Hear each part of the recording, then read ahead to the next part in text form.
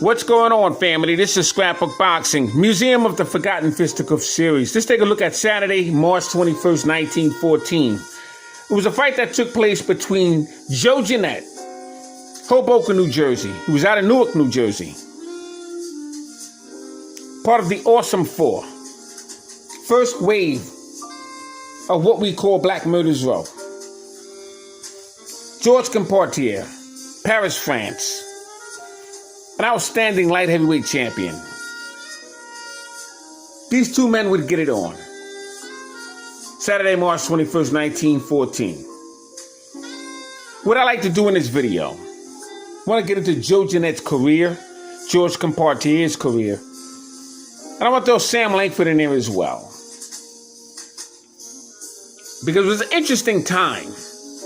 Joe Jeanette started out in 1904, 05, 06.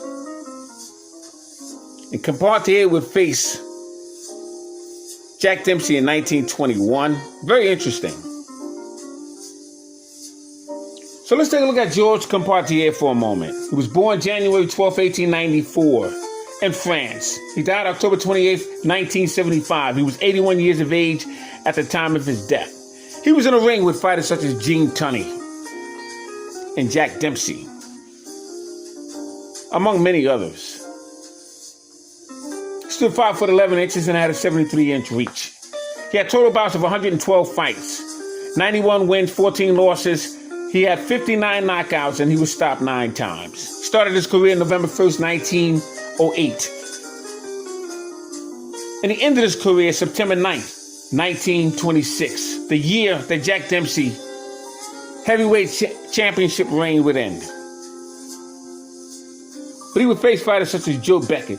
Very, very good fighter was Joe Beckett, knocking him out in the first round. Ed Gunbo Smith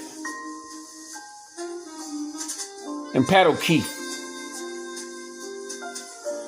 He would lose to Dixie Kidd, who would become welterweight champion when he would face the original Joe Walcott. That was a fixed fight. Referee Duck O'Sullivan had bet on the fight. And Joe Walcott would regain his title, 1902. George Carpentier would fight on a Wednesday night, May 22nd, 1912, against Willie Lewis. He was defending his claim as middleweight champion in a 20 scheduled round fight. And he would defeat Willie Lewis. June 24th, 1912, he would lose his world middleweight championship contention to Billy Papke. Now, Billy Papke was a middleweight champion. He would go back and forth with Stanley Ketchel. October 23rd, 1912. We lose in the 18th round.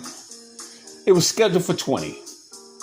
But a massive gash over George Carpentier's right eye would cause the referee to stop the fight. He would suffer that gash in the 17th round.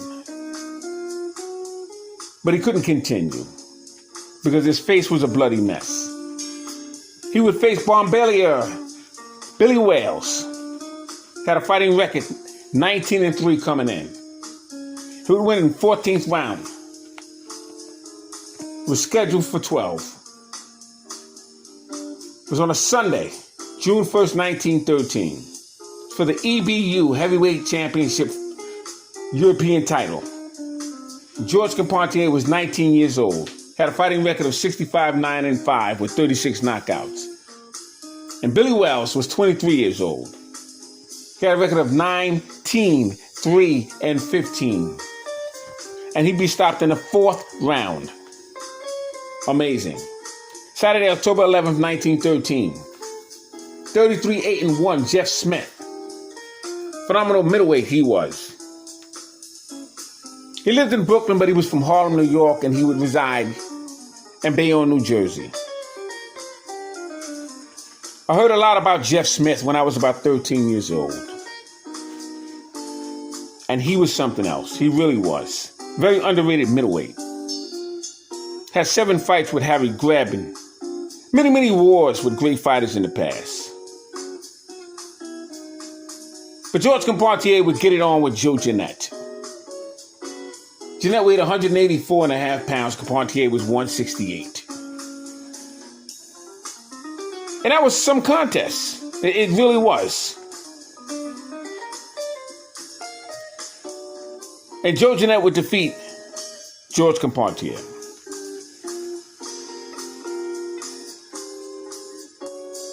It was a 15 round scheduled for 15 rounds. It was a newspaper decision. And Joe Jeanette would come victorious. Joe Jeanette was born August 26, 1876, North Bergen, New Jersey. He died July 2nd, 1958 in Union City, New Jersey. He stood 5 foot 10 inches and had a 74-inch reach. He was a heavyweight. Total bouts 166 fights, 104 total bouts, 83 wins. He had 10 losses, 69 knockouts, 10 draws. He was stopped twice. Now, a lot of these men's records are all over the place. But Jeanette had close to 180 plus fights because he fought in the street before he actually got into organized boxing. He knocked out nearly all his opponents in the street, in the alley, wherever he was scheduled to meet the man, somewhat of a Kimbo Slice circumstance. Bare-fisted, no gloves. Joe Jeanette was something else. Began his boxing career November 11th, 1904, ended it June 1st, 1922. First 6 fights, he would win 5 and lose 1 between November 11th, 1904 and June 8th, 1905. He would fight Morris Harris twice and lose to him both. Black Bill twice and lose to him twice. But he'd be in the ring with Jack Johnson 10 times. 1 win, 2 losses, 2 draws, and 5 no decisions. He would fight on May 19th, 1905, November 27th, 1945. He would also fight on January 3rd, 1908.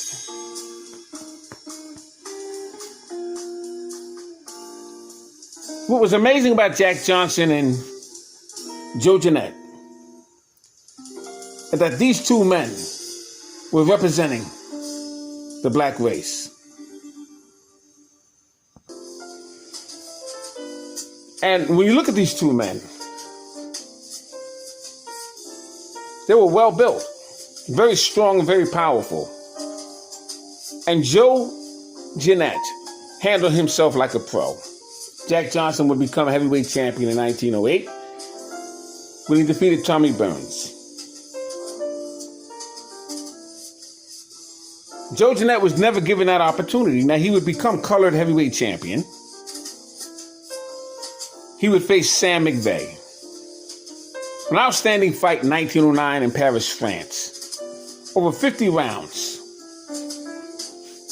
One of the most brutal heavyweight contests known to man. He would have a fight with Sam Langford. Or should I say fights with Sam Langford. Over 14 bouts. 3 wins, 4 losses, 2 draws, 5 no decisions. December 25th, 1905. He would defeat him in 8 rounds. April 5th, 1906. He would lose to him in 15. January 11th, 1907. 12-round decision. March 3rd, 1908. 12-round decision. September 1st, 1908. 6-round no decision. September 6th, 1910. He would lose in 15 rounds. January 10th, 1911. He would lose to him in 12 rounds. Be in the ring with Sandy Ferguson. Kid Norfolk twice. He would face Kid Norfolk October 11th, 1918, lose to him. July 19th, 1918, lose to him. The Kid Norfolk would become the colored light heavyweight champion of the world when he would defeat Alabama Kid and Lee Anderson. George Kid Cotton, March 24th, 1916. He would defeat him in the 2nd round. An explosive knockout with a beautiful left hook. Battling Jim Johnson, He would have 8 fights with him. George Coles, Jeff Clark. He would face Jeff Clark a total of 11 times. Jim Barry, battling Jim Johnson 6 times. Cleve Hawkins and Sam McVeigh. Phenomenal career Joe Jeanette would have. Jack Johnson as well. George Carpentier is very underrated. As I stated, he was in a ring with Jack Dempsey. First $1 Million Gate. Sam Langford was known as the Boston Bone Crusher. Born March 4th, 1883, Weymouth, Nova Scotia.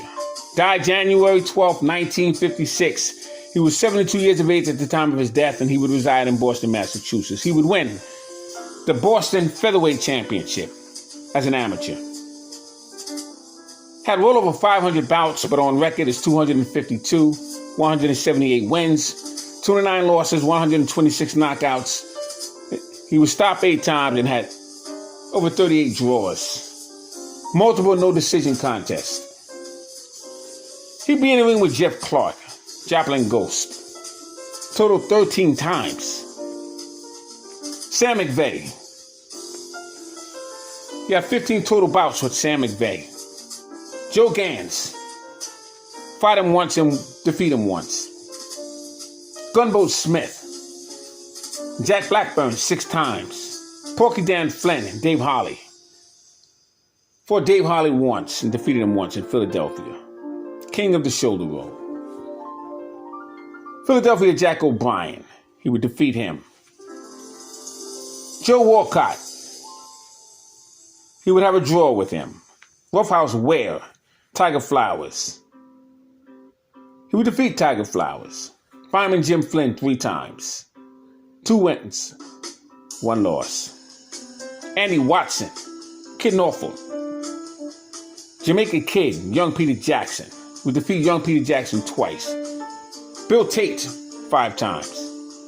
Larry Temple, battling Jim Johnson. Jack Thompson, Harry Wells, 22 times. Defeat him twice, lose to him 6 times, and have 14 no decisions. Jim Barry, 12 times. He would defeat him 6 times and have 6 no decisions. Jack Johnson, 1906. They would go the distance. Jack Johnson at that time was the colored heavyweight champion. He would defeat Denver Ed Martin in 1903 for that title. And in 1906, coming up from featherweight to lightweight to middleweight, he would face Sam Langford. Langford would also be in the ring with Bill Tate, Lee Anderson. Lee Anderson would become the colored light heavyweight champion. Sam Langford would also be in the ring with George Godfrey.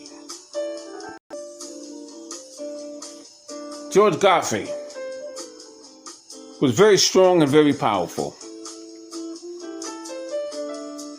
But that match between Sam Langford and George Godfrey was a ring classic.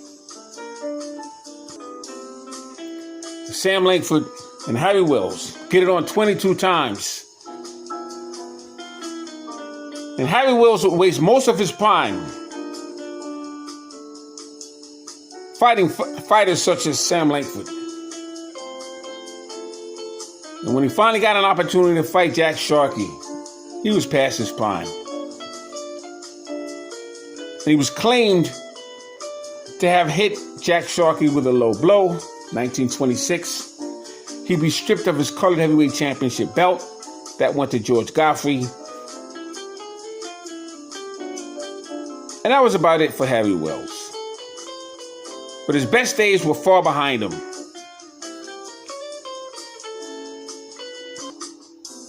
Joe Jeanette, George Carpentier.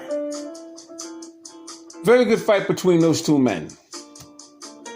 And I just wanted to expose that fight to you. Right here on the Museum of the Forgotten Fisticuffs series.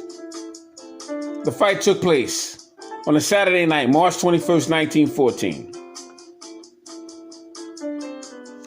Thanks for hanging in there with me. Scrapbook Boxing, Museum of the Forgotten Fisticuffs series. All great fights and all great fighters will never be forgotten on my channel. Salute to Joe Jeanette.